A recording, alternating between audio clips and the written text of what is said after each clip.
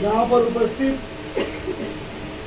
एवं computer education के सर्वे सर्वा माननीय सम्माननीय श्री 108 राकेश पाटिल का मैं आभार व्यक्त करता हूँ। दीपक सर जी जो कि हमारे स्कूल टाइम के मित्र हैं, हमने साथ में 9वीं 10वीं पढ़ी है, जो है माध्यम दोनों का अलग था पर साथ ही में हमने पढ़ा है।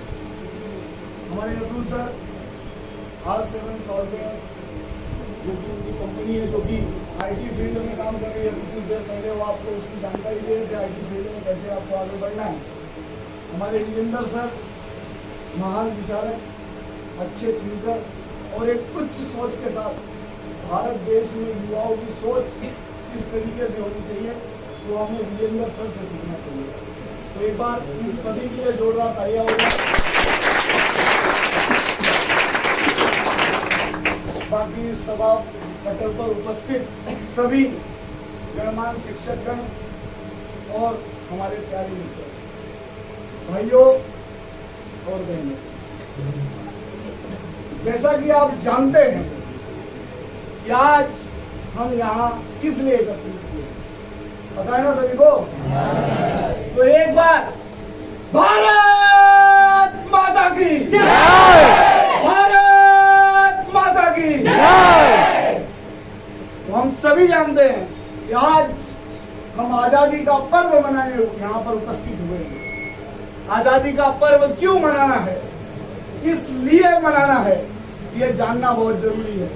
हम सबने पढ़ा होगा, हर बार भाषण दिया जाता है कि फला फला फला हुआ था और ये होने के बाद ऐसा हुआ, इसलिए हम आजादी मनाते हैं। पर क्या वो सच है? सच है, वो भी ठीक है, वो भी सच है, ठीक है। लेकिन कुछ ऐसी बातें हैं जो युवाओं तक नहीं पहुंचती।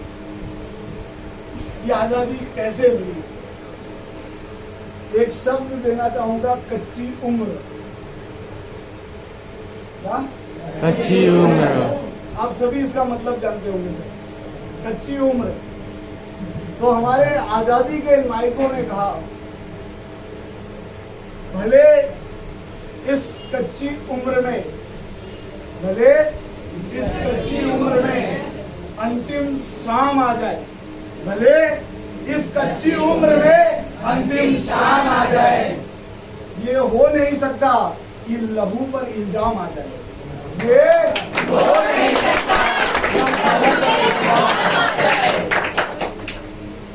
तो उन्होंने कहा कि लहू पर इल्जाम नहीं आएगा, ठीक है, तो करना क्या है?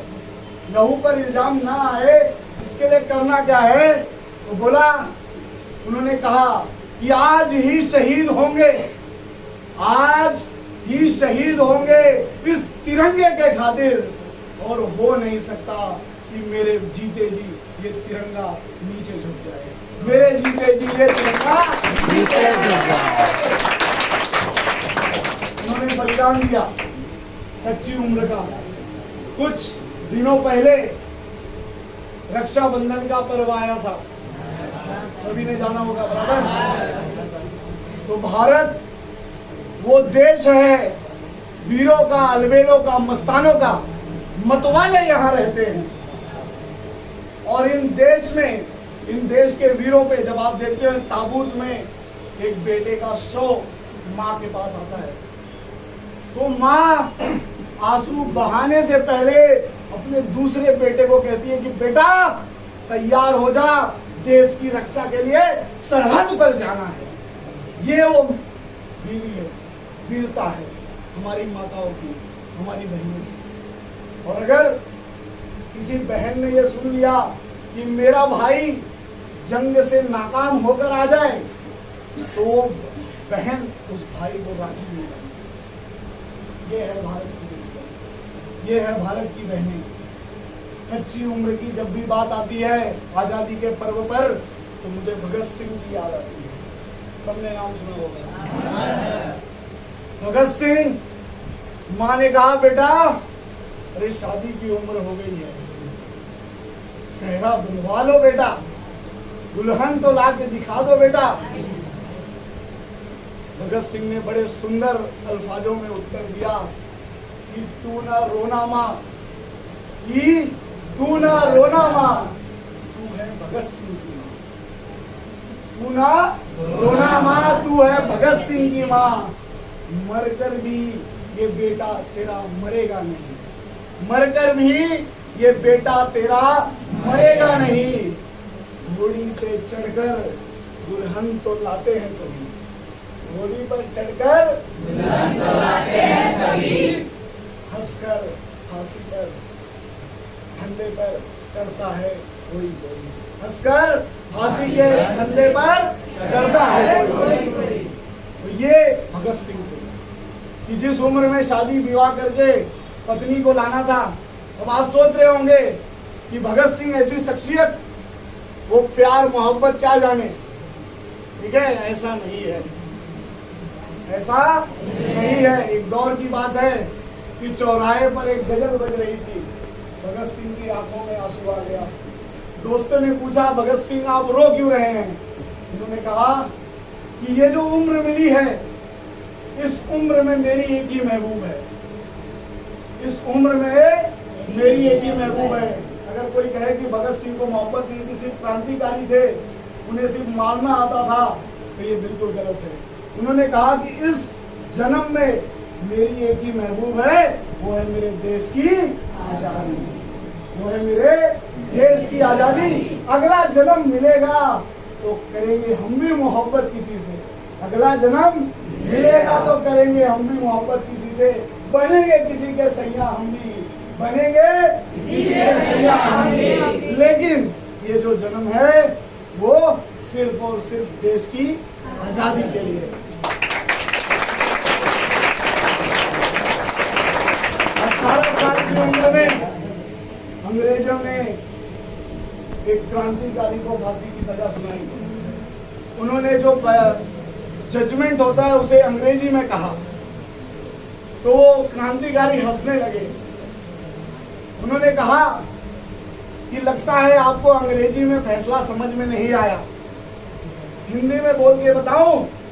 उन्होंने मुस्कुराते हुए जज साहब से कहा, अरे जज साहब, हिंदी क्या अंग्रेजी क्या, मुझे ये पता है कि आज वो दिन आ गया है जब मुझे देश की आजादी के लिए फांसी के फंदे पर चढ़ना है। इस तरीके के वीर थे, इस तरीके के वीर थे जिन्होंने भारत देश को आजाद किया। जरूरत है इनके बारे में जानने की।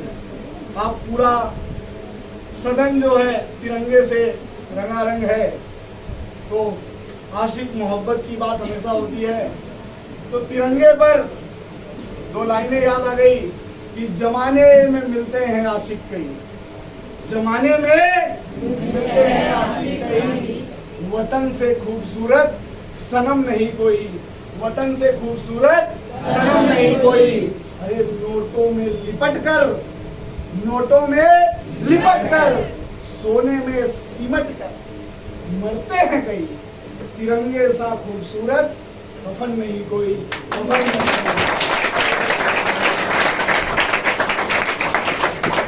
भारत की आजादी मिलने के बाद भी सफर आसान नहीं था। कई देशों ने कहा कि आप भूखे नंगे लोग क्या अपने देश का विकास करोगे। आपने वो गीत सुना होगा, जब जीरो दिया मेरे भारत ने, दुनिया को तब गिनती आई, तारों की भाषा भारत ने दुनिया को पहले सिखलाई, देता ना दशमलव तो यूं चांद पे जाना मुश्किल था, धरती और चांद की दूरी का अंदाजा लगाना मुश्किल था। सभ्यता जहां पहले आई, जहां पर जन्मी है कला, मेरा भारत वो भारत है जिसके पीछे सारा संसार चला। तो ये वो भारत है। इस भारत के लिए एक बार जोरदार तालियां हो जाए।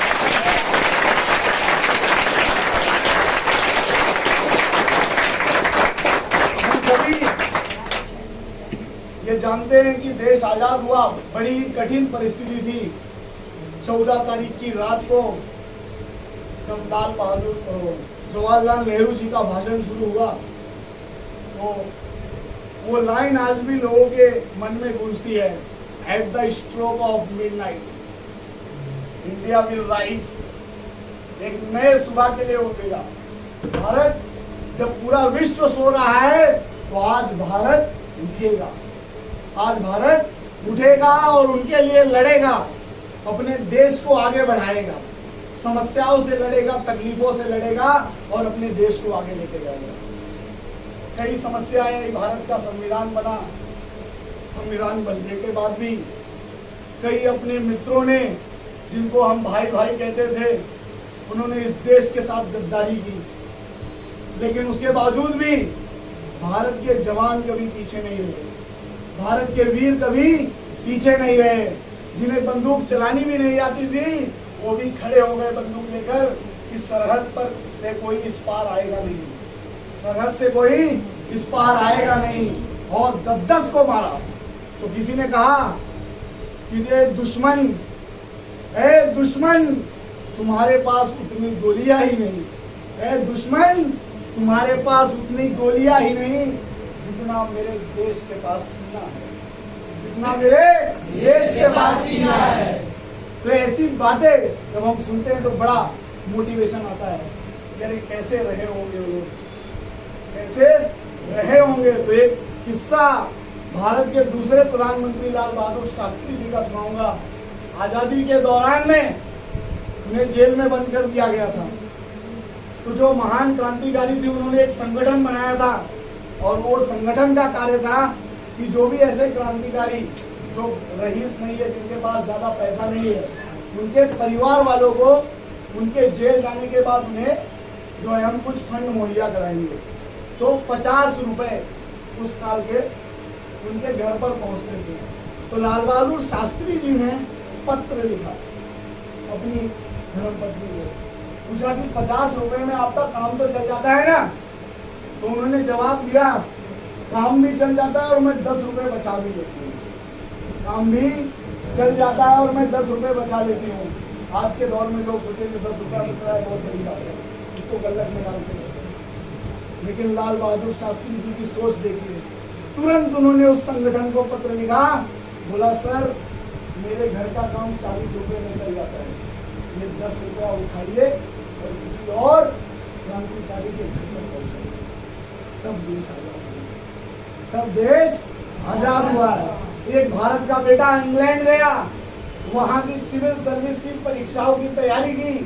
पहली बार किसी भारतीय ने सिविल सर्विस की परीक्षाओं में अंग्रेजों के यहाँ पर टॉप किया। अंग्रेज हक्का बक्का रह गए, लेकिन उस बेटे को याद था कि अगर इस कुर्सी पर आज मैं बैठ जाऊंगा तो मेरा देश शायद आजाद नहीं हो पाएगा। वो नौकरी का त्याग पत्र देकर अपने देश वापस आए। देश जब वापस आए तो उन्होंने वो नारा दिया, आपने सुना होगा, तुम मुझे खून दो मैं दूंगा। वो थे हमारे सुभाष सिंह। ऐसे लोगों ने हमारे देश के लिए कार्य किया है। एक 7 साल के 7वीं में पढ़ने वाला एक बच्चा जब वंदे मातरम पर बैन लगाया, अंग्रेजों का पूरा गुट आया था उस विद्यालय को देखने के लिए। उस विद्यालय में भारत माता की जय या वंदे मातरम का नारा पूरी तरीके से बैन था, लेकिन वहां एक लड़का था, उस लड़के ने खड़े होकर उन अंग्रेजों के सामने जोर से वंदे मातरम का नारा लगाया और अंग्रेजों को दिखा दिया कि हम इस उम्र में भी झुकने वाले नहीं है। भारत का एक वो बेटा था जिसने जब धर्म संसद में भारत को नीचा दिखाने की कोशिश की गई, भारत के धर्मों को नीचा दिखाने की कोशिश की गई, तो उन्होंने अपने भाषण की शुरुआत की, भाइयों और बहनों, all the people and brothers and sisters.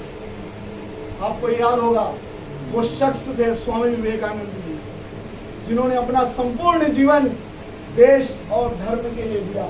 Youth icon की तरह हम उन्हें जानते हैं। एक खुदीराम बोस भी थे, शायद आप लोगों ने नाम सुना होगा, खुदीराम बोस, लाला लजपत राय, चंद्रशेखर आजाद। एक किस्सा सुनाऊंगा चंद्रशेखर आजाद का।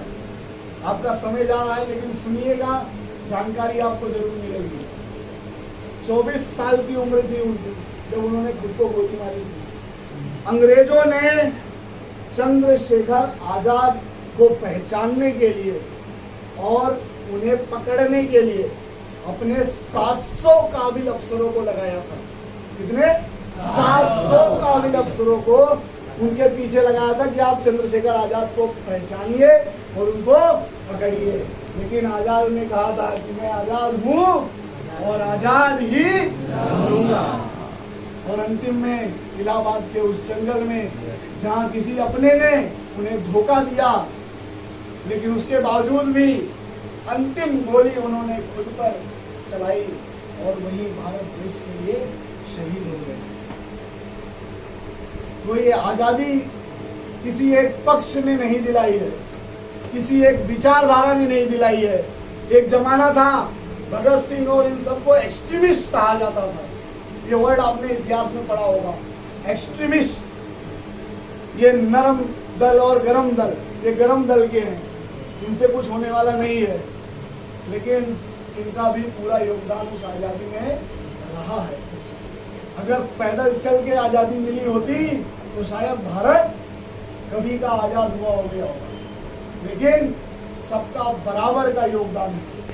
भगत सिंह के बारे में जब आप सुनते होंगे तो शायद आपको ये तथ्य पता नहीं होगा कि भगत सिंह लाहौर, आज के समय में जो पाकिस्तान में है लाहौर, वहां पर उनका जन्म हुआ था। आज भी इस बात का मुझे अफसोस है कि भगत सिंह को सरकारी कागजों में शहीद का दर्जा नहीं दिया गया।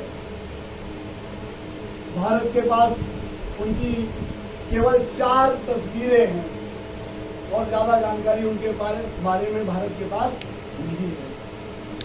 हमने महात्मा गांधी को राष्ट्रपिता कहा, यह सम्मान की बात है, लेकिन भगत सिंह भी एक पुत्र था और वो भारत माँ का पुत्र था, जिसे आज तक सरकारी कागजों में शहीद का भी दर्जा नहीं मिला। लेकिन उसके बावजूद भी अभी हाल ही में कुछ दिन पहले किसी ने उन्हें आतंकवादी कह दिया कि वो तो आतंकवादी थे और उनको फांसी भी इसीलिए लगी थी जो आज आप लोग आतंकवादी हो। लेकिन उसके बावजूद भी उन्हें यह पता था कि हमें देश को आजाद कराना है, हमें देश को आजाद कराना है। बचपन में पिता जो है आम के पेड़ लगा रहे थे। भगत सिंह ने पूछा कि पिताजी ये आम के पेड़ क्यों लगा रहे हो? उन्होंने कहा बेटा ये आम जब बड़ा होगा, ये पेड़ जो बड़ा होगा तो इसमें से आम निकलेंगे और हम सब खाएंगे। तो भगत सिंह के दिमाग में वो विचार आया कि अगर आम का पेड़ लगाने से बाद में आम निकलेगा तो मैं तो अपने देश के लिए बंदूकों का पेड़ लगाऊंगा, क्योंकि उससे बंदूकें मिलेंगी और उस बंदूकों से मैं अंग्रेजों को मार मार कर अपने देश से बाहर भगा दूंगा। जिस दिन से आँख खुली और जिस दिन तक आँख बंद हुई, लफ्ज पर सिर्फ एक ही नाम था, आजादी आजादी आजादी आजादी आजादी आजादी। आपको याद होगा काकोरी कांड। काकोरी कांड का किस्सा आपने सुना है? आपके इतिहास के किताबों में एक छोटा सा पन्ना दिया जाता है उस काकोरी कांड को। जब आप उसे पढ़ेंगे, उसे समझेंगे तो आपको पता चलेगा कि वो कितना बड़ा आघात था अंग्रेजों के ऊपर। और ज्यादा बोलने के लिए मैं नहीं जाऊंगा, लेकिन आज इस आजादी के अवसर पर हम सबको ये प्रश्न अपने आप से पूछना होगा कि क्या जिन लोगों ने आजादी हमें दिलाई उनके बारे में हम सचमुच जानते हैं, उनके बारे में हम पढ़ना चाहते हैं, या इतिहास को सिर्फ पेपरों में नंबर लाने के तौर पर पढ़कर हम उस किताब को बंद कर देते हैं। जबकि इतिहास सिर्फ उतना ही नहीं, इतिहास हमारे पूर्वजों की कुर्बानी है, उनका बलिदान है। कई माओं ने अपने बेटे यूं ही निछावर कर दिए सरहद पर, उन सबकी शहादत है, उन सबका गुणगान है। जरूरत है उस इतिहास को खंगालने की और उसे पढ़ने की, इनके बारे में जीवनियां जानने की। लेकिन हमारा युवा, अफसोस के साथ मैं कहता हूँ, सोशल मीडिया पर व्यस्त है, फेसबुक और इंस्टाग्राम पर व्यस्त है। लेकिन कोई बात नहीं, इसी में से कुछ युवा निकलेंगे कल, मुझे पूरी उम्मीद है, जो भारत देश के इन वीरों की गाथा गाएंगे और सुनाएंगे लोगों को। तो आज आप इस आजादी के 75वें पर्व पर कम से कम एक प्रण लीजिए। ये पूरे एक साल में मैं 75 क्रांतिकारियों, 75 वीरों के बारे में कम से कम जान जाऊं, उनके परिस्थितियों को जानूं। और अगला जब 76वां स्वतंत्र दिवस हम मनाएंगे, वो अपने वीरों की गाथा अपने आने वाले भाई बहनों को सुनाएंगे, उनको बताएंगे कि वो इतिहास जो हमसे छुपा लिया गया वो हम देश को बताएंगे। सब कुछ है, बस जरूरत क्या है, जानने की, समझने की और पहचानने की। तो अपने आप से ये वादा करें कम से कम आज के दिन कि हम उन लोगों के बारे में जानेंगे सभी। एक बार जोर से नारा लगाएंगे, भारत माता की जय। वंदे मातरम। वंदे मातरम। वंदे मातरम। 15 अगस्त जिंदाबाद। 15 अगस्त जिंदाबाद। 15 अगस्त जिंदाबाद। इनकलाब जिंदाबाद। इनकलाब जिंदाबाद। समस्त शहीदों का बलिदान, समस्त शहीदों का बलिदान। हिंदुस्तान। अरे देश की रक्षा कौन करेगा, हम करेंगे, हम करेंगे, देश की रक्षा कौन करेगा, हम करेंगे।